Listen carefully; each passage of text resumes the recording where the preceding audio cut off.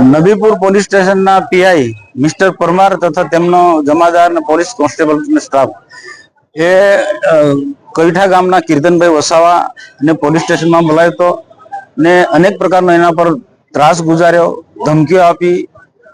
આ ભાઈ કીર્તનભાઈ કે 6 મહિનાથી કોઈ પણ પ્રકારનો ધંધો કરતો નથી, છતાં પણ કોઈને કોઈ રીતના એને મનાવવાનો પ્રયત્ન કરે.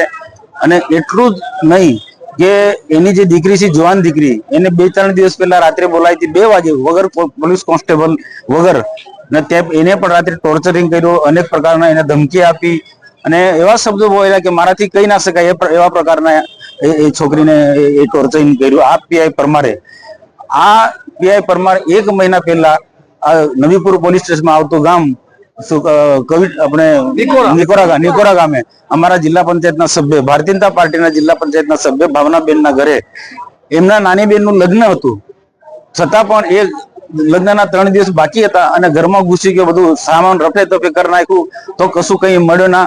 અને મને સમજાતું નથી કે જેના તે પ્રસંગની જિલ્લા પંચાયતના સભ્ય છે એના ઘરમાં આ પ્રકારનું ખોટી રીતના ઘરમાં રેડ કરવાનું, ટોર્ચરિંગ કરવાનું, માલ સામાન રફે દફે કરવાનું મને સમજાતું નથી.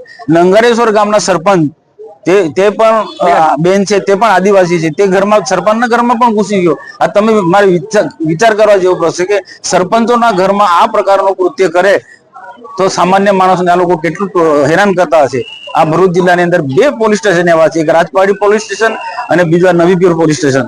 આના માટે જે તે સમયે જે ઘટના ઘટી તે વખતે નિકોરાની ઘટના ઘટી તે વખતે જવાબદાર અધિકારીઓને ધ્યાન દોર્યું હતું કે આને તાત્કાલિક બદલી કરી નાખો.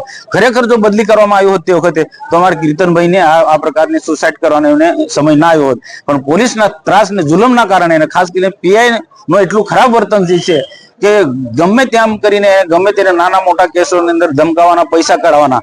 એની સાથેના 3 થી 4 પોલીસ વાળા છે, એમનો બધાનો જ આ પ્રકારનો પોલીસ પોતાને મિત્ર ગણાવે છે, પણ અહીંયા મિત્રને દુશ્મન છે, એક શત્રુ છે. તો આ